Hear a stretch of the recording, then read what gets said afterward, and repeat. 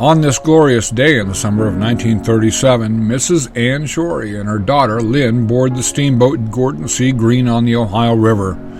They are accompanied by Lynn's great-aunt, Rose Gilmore, and bound for Coney Island, a few miles east of Cincinnati. We are unsure of who is wielding the camera, but grateful for this person's interest in the view of the Cincinnati shoreline.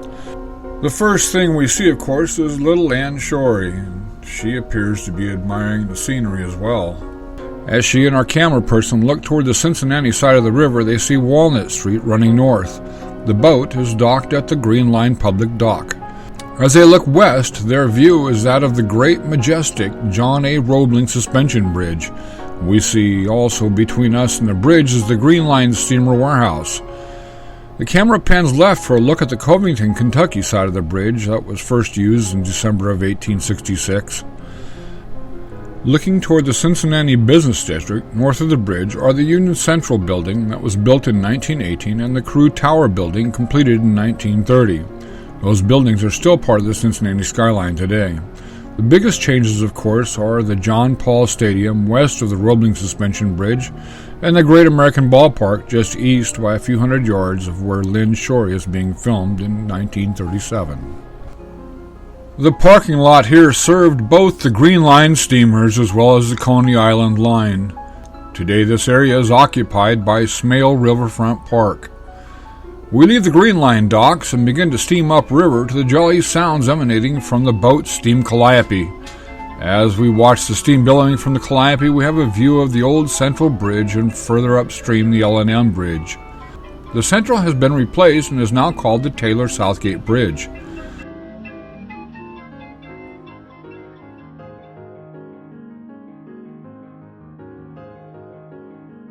Next, we see the Scarlett's Marina Barge. The address for Scarlett Marina in 1937 and the Great American Ballpark today is the same, 436 East 2nd Street. Now East Pearl comes into view, as well as the factory buildings of Littleford Brothers Plate Steel and Boilers at 441 East Pearl. East Pearl is now Pete Rose Way. Below the factory sits the stern-wheeler riverboat Claremont and the showboat barge belonging to Billy Bryant. The Claremont is seen employed here as an auxiliary and towboat for Bryant's barge. Billy Bryant was noted as being one of the more memorable showboat entrepreneurs from 1900 through World War II. Soon we come to Mount Adams and the Church of the Immaculate Conception. The church is still there today, as is the Holy Cross Monastery on top.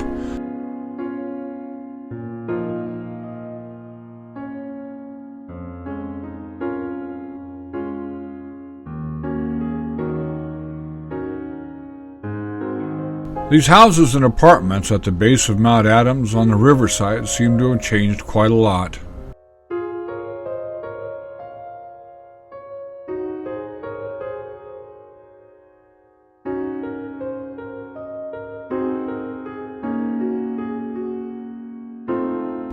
Well, our short trip comes to an end here at Coney Island, where Lynn and her mother see the sights and the little girl plays at the swings and slides.